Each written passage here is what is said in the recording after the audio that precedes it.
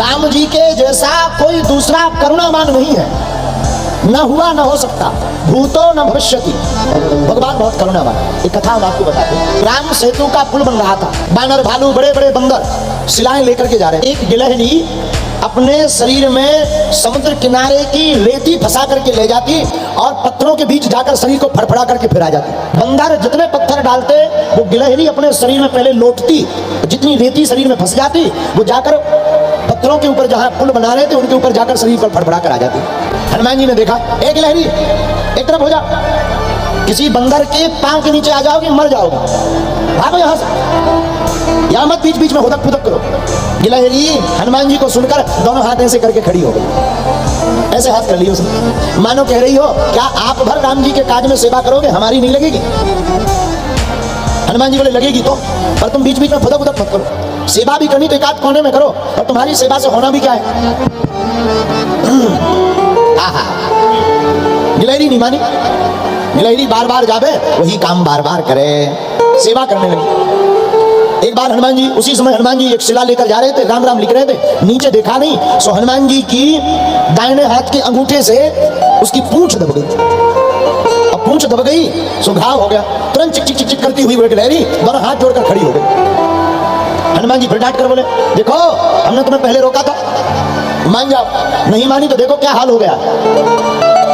गिलहरी कहती है, हनुमान जी तुम बड़े बलवान बनते हो, हम तुम्हारी शिकायत करेंगे राम जी से, आपकी शिकायत करेंगे हम राम जी से, जाओ कर दो, आज हम आपको दंड दिलवा करके मानेंगे। गिलहरी ऐसा बोली, आपको दंड दिलवा कर मानेंगे। गिलहरी राम जी के पास गई और रोते हुए कहने लगी, बताओ आपके रहते हुए हमारे ऊपर अत्याचार अन्याय हो जाए। राम जी बोले क्या हुआ। गिलहरी ने अपनी पूंछ दिखाई, देखो तुम्हारे एक भारी बड़े बंदर ने हमारी पूंछ में घाव कर दिया, अरे हम भी तो सेवा कर रहे थे।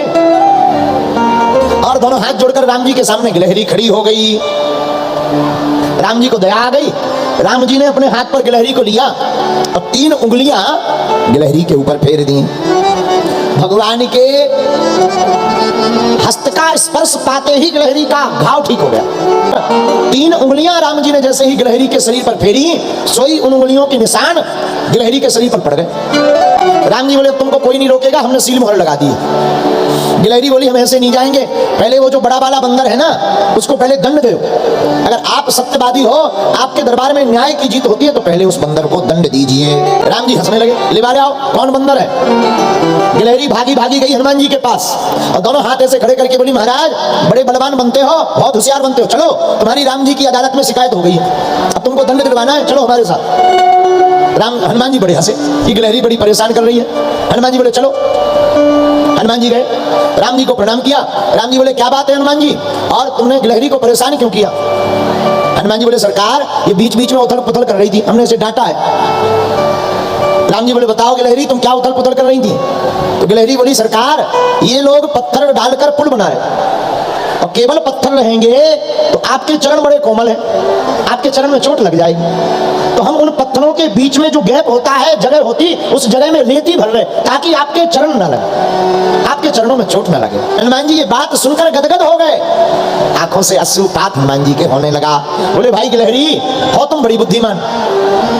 गिलहरी बोली राम जी तभी तुम कह रहे ये बड़े बड़े बंदरों में बुद्धि तो बिल्कुल ही नहीं है, नाम की बुद्धि नहीं है, बंदर भर बड़े बड़े हैं। हनुमान जी बड़े हंसने लगे, बड़ी विचित्र है। तो हनुमान जी बोले एक बात बताओ, क्या तुम्हारे छोटे से शरीर पर कण डालने से वो भर जाएंगी जगह, उन पत्थरों के बीच की दरार भर जाएंगी। गिलहरी कहती है भले ही ना भरे, लेकिन जितनी जगह पर कम से कम दरार हो पाए उतना तो अच्छा है, कम से कम हमारे प्रभु श्री राम के चरणों में उतनी कम जगह चोट तो लगेगी। महाराज अब तो इस बंदर को दंड दीजिए, राम जी से बोली। राम जी बोले हाँ भाई हनुमान जी तुम दंड पाने को तैयार हो। हनुमान जी बोले सरकार आप जो आज्ञा दो हमें वो स्वीकार है, और मन ही मन मुस्कुराने लगे हनुमान जी। तो राम जी गिलहरी से बोले तुम ही बताओ क्या दंड देवे हनुमान जी को। महाराज इन्होंने हमारी पूंछ पर लात मारी, अंगूठा लग गई, हमारी पूंछ में घाव हो गया, वो तो बड़ी कृपा है कि आपने ठीक कर दी। हम आपको भी कहते हैं कि आप सरकार है और इनके सिर पर एक जोर से लात मार दीजिए। हनुमान जी खुश हो गए। हनुमान जी बोले धन्य हो गिलहरी। बोले क्यों? अरे बोले इसी बहाने से ही, शिकायत के बहाने से ही आज तक सरकार का हाथ हमारे माथ पर रहा, आज हमारे सरकार की लात हमारे माथ पर रहेगी। सिर झुकाकर हनुमान जी बैठ गए, आंखों से आंसू बहाने लगे। राम जी ने चरण का प्रहार किया। गिलहरी अब तुम खुश हो? सोई चिकचिकाती हुई दोनों हाथ कर दे, अब हम बहुत खुश हैं। पूंछ बढ़िया हिलाकर, आंखों से हनुमान जी रो रहे हैं, अब पूंछ हिलाकर चिकचिकाती हुई दोनों हाथ ऐसे करके हनुमान जी तरफ देख करके बोली, देखो अब हुआ ना दर्द, हमको बड़े परेशान कर रहे थे, हमारी पूंछ पर तुमने लात रखी थी, अब देखो तुमको भी लात लगी, हो अब हुआ ना दर्द, रो रहे हो ना, आंखों से देखो आंसू निकल आए। हनुमान जी कहते हैं गिलहरी आंखों से आंसू इसलिए नहीं निकले, प्रभु श्री राम जी ने पाद का प्रहार किया, अपितु हमारी आंखों से आंसू इसलिए निकले कि हम इतने बड़े होकर के भी इतनी बुद्धि नहीं लगा पाए कि राम जी के चरणों में चोट लगेगी या घाव बनेगा या दर्द होगा। धन्य है गिलहरी जिसे ये भाव तक है कि प्रभु श्री राम के चरणों में चोट न लग जाए।